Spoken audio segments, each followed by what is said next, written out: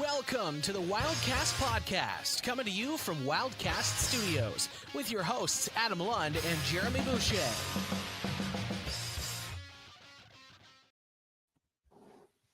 Welcome into Wildcast podcast, daily live show at our makeshift studios, your unofficial voice for all things of your 2025 Gilles Courteau Trophy champion Moncton Wildcats, presented by Discount Flooring Center, a division of Fabulous Flooring, largest variety of high-end current and discounted lines in hardwood, ceramic vinyl, laminate flooring, and luxury model tiles.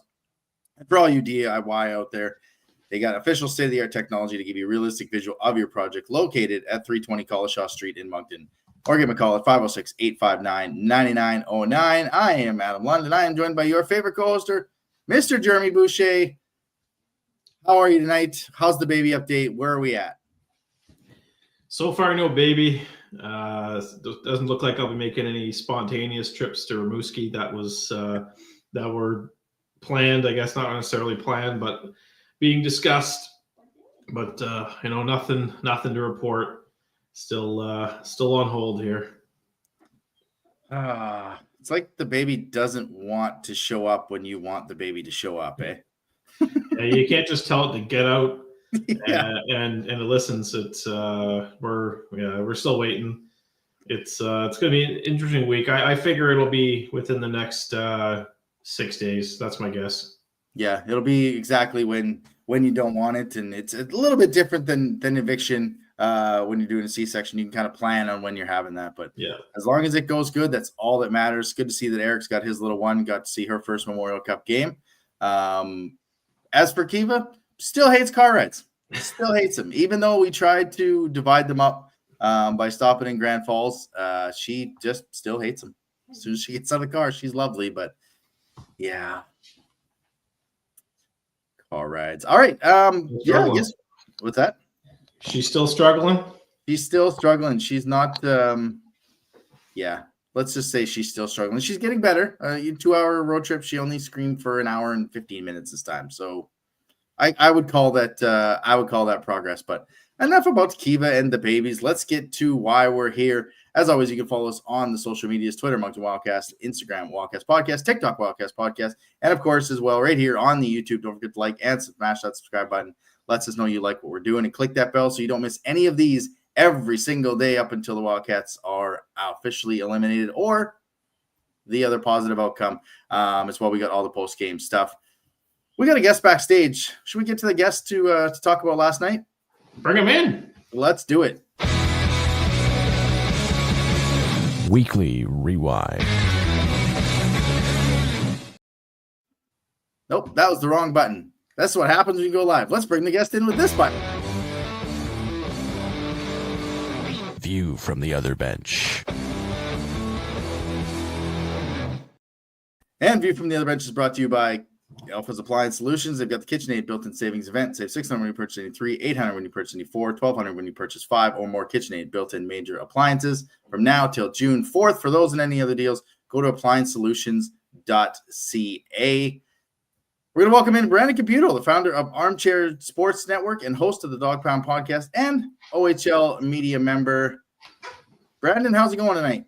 Great, guys. I was wondering what I was going to be doing for that rewind segment because I was trying to go on the fly about, oh, God, I'm getting thrown a curveball here. But, great opening game for London and Moncton yesterday. The two best teams, I think, in the tournament overall. Going at it, it was definitely a heavyweight tilt and, went to overtime. It was an exciting game. I was unaware of that the Memorial Cup round robin games go to 3-on-3 overtime. I was not ready for that. So when they dropped the puck there in overtime, like, okay, I guess we're in for something. But I think it's going to be 5-on-5 if it does get to the medal rounds and things like that. Yeah, so in the media kit, it gave all the rules, like the fighting, because the Q doesn't have fights and the OHL and WHL have 5 minutes for a fight. They split it the difference, so it's 5 minutes and a 10-minute misconduct instead of kicking the guy out. And I don't think a lot of people knew that it was 3-on-3 overtime. In the booth, a couple people were looking over like, it's 3-on-3. I'm like, yeah, because that's the easiest way. Because it sucks with no ties, and it sucks that the loser or the loser in overtime doesn't get a point. But I guess just another London Knights game, another London Knights win. Was that the most they've been pushed in this playoff round, like in the playoffs this year and into this one? Was that the hardest that they've been pushed that you've seen? Well, one thing, so Ryder Bolton not being able to fight, I'm sure he's pretty upset about that. That's something his thing. That's his bread and butter. Landon Sim can fight too. They got some guys that can definitely drop the gloves there in London, and they've done that on a regular basis. But back to your question, Adam, about is this the most tested that the London Knights have been? I would say so. I mean, they obviously lost the opening game of the OHL Championship to the Oshawa Generals, but they really shot themselves in the foot that game. They took 11 minor penalties. Oshawa had 9 power plays, and were able to capitalize on 3 of them. So I think London, as far as not taking anything away from Oshawa as back-to-back Eastern Conference champions, they went on to win 4 straight games after that opening game. And yeah, Moncton last night really impressed me, guys. Like I really like the way that they play. We can talk for days about McDougall, their head coach, and how much he's kind of skyrocketed up the coaching ranks the last few years. Been pretty incredible. That little feature TSN did before the game about his trajectory has been pretty incredible. So that was my first chance to see Desnoyers, live. I don't really get to see a lot of the Q games, so he's definitely as advertised and a guy that looks like he's going to go top 5 in the NHL draft at this point. But yeah, I think for London side, Dale Hunter's group, they talked about every game in this tournament being a game 7. And they know that they can't take anything for granted because they, were confident going into the finals last year against Saginaw, and Josh Bloom scored with 20 seconds left to crush their hopes and dreams of being Memorial Cup champions. So it really is kind of an unfinished business for this London Knights team. Austin Elliott still has only lost 2 games, guys, all season long. Has only lost 1 game since February 2nd. Yeah, we thought Rudy Guimau's streak was good, but I mean Austin Elliott's right up there. My first question was going to be about your opinion on Moncton, but you kind of took the words right out of my mouth there with your answer. So I guess I'll go back to Friday night. I guess Rimouski against Medicine Hat. What did you take away from that one?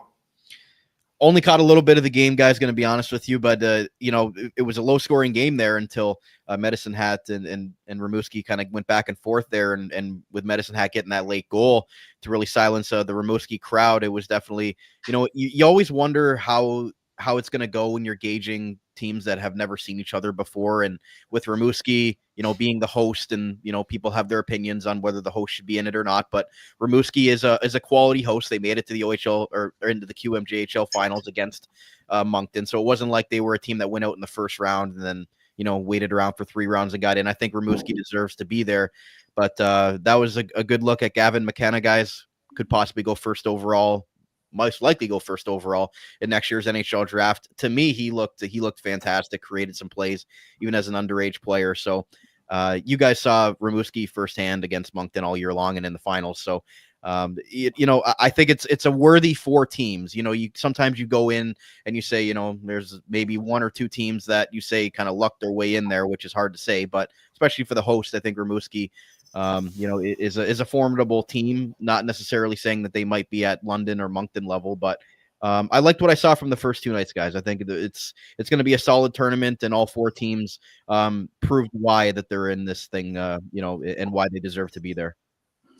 Yeah, you're right, and I think what happened last night too with Moncton is when you're playing another team from another league, that's one thing, but when you're playing the big bad London Knights, the evil empire, you kind of maybe are a little bit intimidated by it. And I think they looked a little bit intimidated in the first 5 or 6 minutes, kind of weathering the storm. Once they got that first goal, they were like, okay, this is just another team.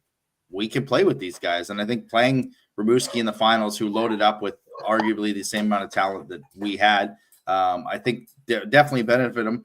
A guy that we don't get to watch a lot, Kasper Halttunen, piss missile. Like, that thing is moving off his stick. Tied Ty Ratty for 5 straight Memorial Cup goals. I mean, just how good is this guy? Like, he just seems like he's always around. He's like Easton. They kept saying Easton Cohen last night, which was driving me up the wall instead of Cowan. But just how good is Kasper Halttunen? Yeah, everybody talked about Easton Cowan because he's a Toronto Maple Leafs first rounder, yeah. And obviously he's a top end talent. But Kasper Halttunen won the 99 trophy as the playoff MVP this year, guys. 15 goals in the playoffs. He had back-to-back hat tricks in 2 of the games in the OHL finals. He's just one of those typical big-bodied trigger men Kind of like a Mikko Rantanen light. I like to put him as just one of those guys that finds himself open, has a rocket of a one-timer. He's a big body. He's hard to move. The skating is something that obviously when he goes to the pro level is one of the things that he's going to have to work on a little bit to be able to play at the high pace. But he's shown the last 2 seasons there in London, coming over as an import, 2023 San Jose Sharks second rounder. He's definitely, he started off the season with the Barracuda, played 7 games, went back to London, and wouldn't have went back, I think, to any team, but I think they knew that London was going to be, contending for another Memorial Cup and wanted him to play in those important games. And he's elevated his game. He's a big time player, big game player. And again, he showed last night that you give him an opportunity, he's going to put it in the net more times than not. He had a couple more opportunities on those power plays London had. He wasn't able to capitalize. But yeah, Kasper Halttunen, the Finnish import, and everything that London wanted him to be when he came back. He's on the third line, guys, because we talk about how stacked both these two teams are. 19 NHL draft picks between the two of them, and probably 5 or 6 more upcoming in the this upcoming June. So I was really looking forward to seeing that matchup. But before I go off on a tangent, Kasper Halttunen is a guy that the San Jose Sharks are very excited to have, and the London Knights are excited to have right now. Yeah, San Jose's got a good little trio there with Halttunen, Celebrini, and Will Smith. I mean, that's going to be quite the dynamite trio here in a few years. But Sam Dickinson on the back end. Yeah, I mean, wow, what a they might look like they might be dog shirt right now, but wait a few years and they're going to be right up there. But let's look ahead to tonight. Quick turnaround for the Knights. Do you see that having any effect on the game at all? I don't think so, because London's had a few days here to rest. They've had a few days of practice before they flew out to Moncton, and they're the most well-rested team throughout the OHL playoffs, guys, because they swept every series except one. So they've played in basically the minimum games you could play in, going through your 4 rounds of your league championship. So only losing 1 game in that final to Oshawa, the opening game. They're well rested. They're ready for this. They've been through the grind before. They've been to 3 straight OHL championships, now 2 straight Memorial Cups. Dale Hunter's team is well conditioned for a run like this. And now with Captain Denver Barkey back, I don't know if he's quite 100% after that scary injury he had in the West Final against Kitchener, but he looks like he's back up to speed now. It's been 5 or 6 weeks now since then. So I don't think that's going to affect London at all. They're prepared and they're ready to go, and they're excited to be here because they're motivated to win this thing.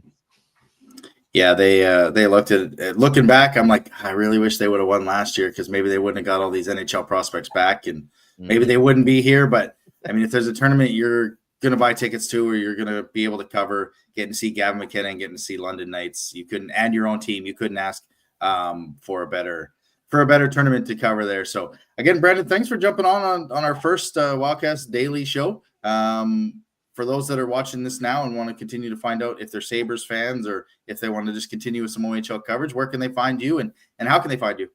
At Armchair GM Pod on Twitter, or my personal X/Twitter account, _AGM as well. You can look on our Armchair GM Sports Network YouTube channel, as well as on Instagram, Facebook, by searching that as well. We got our Sabres season finale episode. We kind of preview their offseason a little bit here, posted some clips on that. We've got our Dog Pound podcast season finale episode coming this week with owner Darren DeDobler on as well. And Stephen Ellis from Daily Faceoff is going to join us. So a lot of exciting things. And if you want to check out our OHL interviews from the On Ice Championship celebration, that's also on our YouTube channel as well. Hopefully those are the only On Ice celebrations we see from London in the next 10 days. But again, really appreciate this, Brandon. Thanks, and have a good weekend. Enjoy the rest of the Memorial Cup. Anytime, guys. Jeremy, best of luck. Best wishes. Thanks. All right, change the screen around there. There we are. Yeah, there we are. We're back to just good insight. I mean, he's one. We just talked to him like within the last month, but he is knowledgeable on what this London Knights team is all about. Yeah, it's nice to have somebody around that kind of knows what they're talking about. It always helps to make our show a little more worth watching. People suffer through our voices long enough that it's nice to bring some fresh faces around. And this is just day one, right? I know we got some other names lined up, and it's gonna be fun. I'll like I said, don't see myself making any spontaneous trips, but if I do, I won't tell you I'm coming, and I'll just show up at the rink. Yeah, and I messed that drop up. So unfortunately, that was presented by Waterworks. Let's get this brought to you by Waterworks Pools and Spas, providing Atlantic Canadians with custom in-ground pools, spas, and services since 1986. If you're looking for a new spa service and/or maintenance, by our trained technicians, getting your pool from green to clear, come to 194 Killam Drive in Moncton, or call them at 506-859-1980. First daily show, first live, and there's a ton of new drops that I got to get used to. But let's get into our thoughts from last night, shall we? Weekly Rewind. Yeah, so unfortunately, the Moncton Wildcats go down 3-2 to the London Knights in overtime.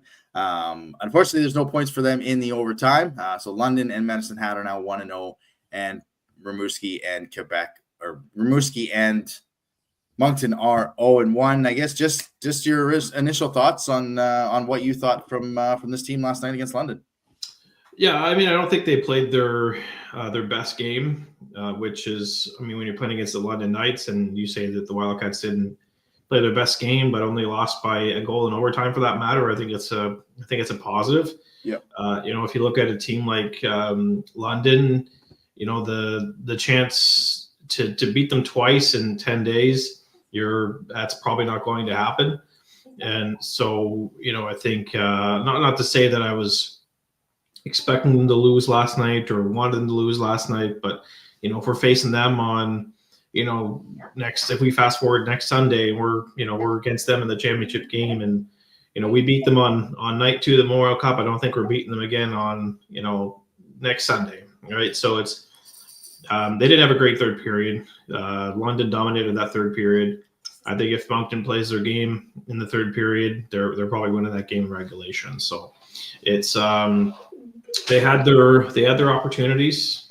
Russo was spectacular. Yeah, I don't think you could have asked for a better game from him, and I don't think the offense got it done. It's going back to the finals against Rimouski, the top 2 lines have struggled to hit the score sheet, and that's kind of been the difference so far. Our depth scoring is scoring, and we're getting offense from the blue line, but we're not getting the offense from the top 6, and that's going to have to turn around if we're going to beat, like I said, play next Friday or even next Sunday for that matter. Yeah, and that's bang on. I mean, the fact that we got goals from Moran and Dylan Gill, and the power play was pretty good. The PK was all right. Didn't love the call on Denouye. I thought that was a little that was a defensive play, and Devin Barkey just falls. He just catches an edge and goes down. I mean, the one on Sump, if you watch the replay, it doesn't look like it catches him in the face. So they give it and they take it away. We ended up scoring on that. So we've got the highlights of the Moran goal and the Gill goal. So I'll put those back to back. And so here's the Gill goal from the TSN. Change here is Mercier jumps in, and he'll hunt it down behind the net. Mercier to the point. Moran steps in, tries the wrister, scores! And Moran from the line found the way to the net, broke a stick in the process, and that stick will die a hero as he's tied the game at 1. What a shot by the second-round pick of the Calgary Flames in 2023, Etienne Morin. The Moncton Wildcats do a great job possessing the puck, coming up with it, and Morin's just going to walk this thing right into the middle of the ice, and then it's a shot that looks like it goes off Juraj Pekarczyk. It's great blue line work and footwork by Morin. It fools Austin Elliott. The stick. That's why he dropped the stick. I didn't realize it broke. I thought he dropped the stick as his celebration. I was like, that's ballsy. Again, we don't own any of these clips. These are brought to you by TSN, so please don't shut our live down. How many times have we seen Morin walk the point like that? Mm-hmm. Look for it. He finally gets the shot through. I actually thought Pekarczyk, or as we like to say, Pekarczyk, tipped that the way Austin Elliott. But when you watch that back on the replay, I think it goes off a London player. But the longest serving Wildcat by 2 picks ends up getting the goal to get that thing tied. And I think that just gave that bench some energy. It gave them a sense of like, I don't want to say a sense of belonging, but a sense of belonging for lack of a better word. They got that one, and I think they just settled right in, and it felt like the first 20 minutes was the Wildcats we saw in games 1, 2, and 3. The last 40 minutes were the ones we saw in game 4 and 5, just kind of overwhelmed. You want to talk about that goal, or you want to go to the Gill goal? Just go straight to the Gill goal. Stops. And then feeds it off to Nathan Grenier. Back at the line. Dylan Gill, a shot and score! Dylan Gill from the line. Power play goal for Moncton. Has put them back on level terms, tied at 2.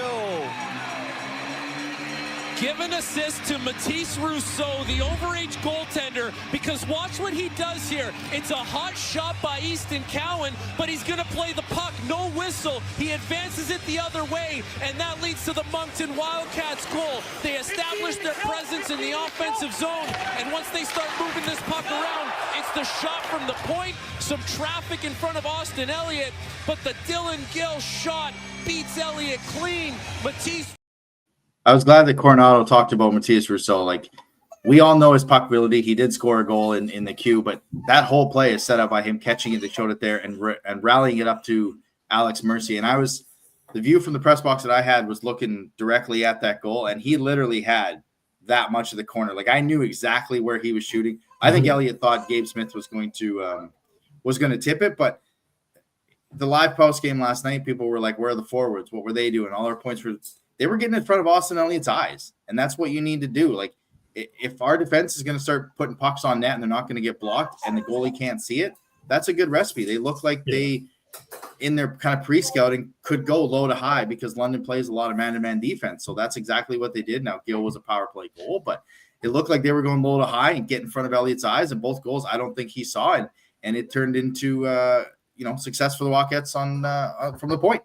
Yeah, great screen by Gabe Smith on that one. And just getting back to Rousseau's play with the puck, I mean, there was a shot, I think, in overtime where he gloved it down and wanted to play it. If he would have played it, it would have been Dinwiddie in all alone, probably on a 2-on-0. So, I think the ref kind of blew that one down a little too quickly. But they had their chances. Dinwiddie had had 2 opportunities in overtime. Dylan Gill had his shot, got his own rebound. So they had their chances. They were right there with London. And, it's going to be interesting to see, tonight, how Rimouski handles London or how London handles Rimouski, right? The big crowd. And I'm kind of excited about that one. It's, if Rimouski wins this one tonight, makes the tournament a lot of pressure on us. Yeah. Makes the tournament, the standings a little more interesting. And, it makes Moncton's next 2 games almost must wins. Yeah, I mean, I got the standings there. I mean, if Rimouski goes 1-1, London goes 1-1, we go 0-2. That makes the Rimouski game a must win. Yeah. And then I would think we play them in the tiebreaker again, depending how the other one goes. But that's what you don't want. That's what you want to avoid is having to play in that tiebreaker or having to have a must win game against Rimouski. Now they had success. But again, I was talking about last night. I mean, there was a real chance that through these 4 games that you see on the screen, all 4 teams could be 1-1. She's not happy that they lost last night. She's not happy on that. I hear that. But yeah, there's a real chance they could all be 1-1. That's just how competitive this tournament is. And talking to some of the people last night, that Rimouski Medicine Hat game was fast. Like, it was a track meet. Whereas last night's game was a little bit, I don't want to say bogged down, but a little bit slower, a little bit, these 2 teams are very similar in the way they play. It'll be interesting to see how Rimouski handles London in terms of how Moncton handles Medicine Hat. And that's kind of where I want to go is, how do you see us faring against the Medicine Hat? I mean, they played a really good game against Rimouski. They come at you in waves. Don't give them a power play. They generally put the puck in the back of the net. Just what are you thinking in, the next one? It's going to be interesting. Medicine Hat's going to be on 2 days rest. Yeah. Moncton's going to be on 1 day's rest. I think it's kind of an advantage to both teams. And Medicine Hat was impressive. They've also got Gavin McKenna, who's one of the top players in the tournament, given his age, and I just think, if they can play the similar game to how they played against London, but play a full, 20 minutes in the third period, they can handle Medicine Hat. It's I just think they've got to play their game. They got to play a full 60, and if they can, I think they'll be successful tomorrow night. Yeah, that was Brent's question: is how do we think the Wildcats will regroup for tomorrow? Kelsey Ivany's in here, Picard Cheek and Rousseau, as we were talking about him. But I think that's it. I think if they play the exact same way they played against London in that first 20 minutes and just get more shots. Look, London has, I think, 4 of their 6 defensemen are like 8'4". They're tall. Yeah. They joked about having faster skates and longer sticks. Well, the joke was lost a little bit when Sam Riley tipped the puck in just past Russo. But I think if they play kind of the same way they did, it kind of reminds me of the Baie-Comeau series, a little bit of faster team, not a physical team. I mean, Medicine Hat can hit, but I think that suits Moncton's game really well is a game against a team like Medicine Hat. And they're going to have those 2 days off, and that's key for them. They've had the rest, they've had the longest travel, but they get the 2 days off. So it'll be interesting to see how we respond. And like Gardner said in the press conference last night, this is how we've been rolling. Like, this is our playoff schedule: a game, a day off. So I have no doubt they'll have them ready. It's just, how does a group that really doesn't have a lot of Memorial Cup experience flip the script? Because now the games become a little tougher, the sticks become a little tighter. And again, I think there's no reason not to go with Matthias Rousseau in nets against Medicine Hat. I think it's his tournament. I think he earned it last night with 45 saves. Yeah, he was brought in for this reason, right? He was brought in to play the big games. He was brought in to play in the Memorial Cup. And nothing against Rudy. I don't think we'll see much of him this tournament. Mm-hmm. He was obviously very good for us in the second half. But at this point, I've said on the show before, you got to go aces in your places, and it's game 1 of the World Series. You're not gonna start you're gonna go with your starter. Yeah. Right. You're not going to go with your second pitcher. You're not going to go with your third pitcher. You're going to go with your starter. And I think here on out, it's every game's going to be important. So you got to go with your number 1 guy.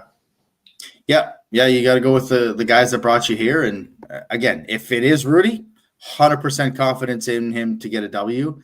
But I think just the way Russo played with 45 saves last night, I got no issues with him going in game 2 against Medicine Hat. Hopefully we can get back in the winning column, and it'll be 6,495 days. What was that stat? A win against Medicine Hat will be 6,944 days. I think it's time. I think it's time to end that. This was fun. I like this. This will be fun for the next week. Did you enjoy yourself, Mr. Boucher? You as well. Thanks, Adam. I'll be watching, and don't forget your Mr. Puffs. No. And speaking of Mr. Puffs, tell the fans that you can actually get a Mr. Puffs in Dieppe. Let's get the update on that. I forgot to lead with that for the show. That's okay. I've got it right here. I'm not sure if you can see it because of my. You cannot, because of the green screen. Okay. Yeah, you put that up and your whole face disappeared. Yeah. New place in Dieppe opened up called the Click and Chew. Hashtag not a sponsor yet. Not a sponsor. 988 Champlain Street, and it's not Mr. Puffs, but they are fried dough balls, which are very much what Mr. Puffs are. And you can get your choice of toppings. They don't have the same number of toppings as Mr. Puffs, but right. Obviously cookies and cream is my go-to, and that's one of the ones they've got.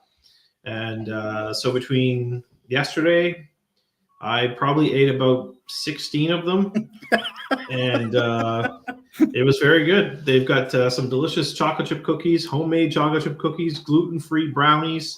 Wow. They got cinnamon rolls. It's like almost like a photo studio as well. They have like a random photo booth, and they're in a back room, so you can grab a bunch of props and take pictures with your friends and eat some puffs. Well, talking about that, I think we're on our way into the Wildcats practice and media availability. So we'll be stopping on Mr. Puffs when we come home, because I will not be at the rink tonight. I had to give up some games to spend some time with the kid and the wife, who thankfully has allowed me to A, do this, and B, do a live show in the middle of the day as the baby is crying. So we will go to Mr. Puffs and watch some hockey tonight. But again, thanks to Brandon Caputo for joining us today on the live to recap last night and looking ahead to the Knights and the Oceanic tonight on TSN. Once again, the Wildcats take on the 1-0 Medicine Hat Tigers live on TSN tomorrow. You can catch us back here live with special guests. We'll have play-by-play voice of the Medicine Hat Tigers, Will Bryant. For Jeremy, I'm Adam. See you tomorrow. Thanks for listening to another episode of the Wildcast podcast. Follow us on social media at Moncton Wildcast. Nope. Wonderful.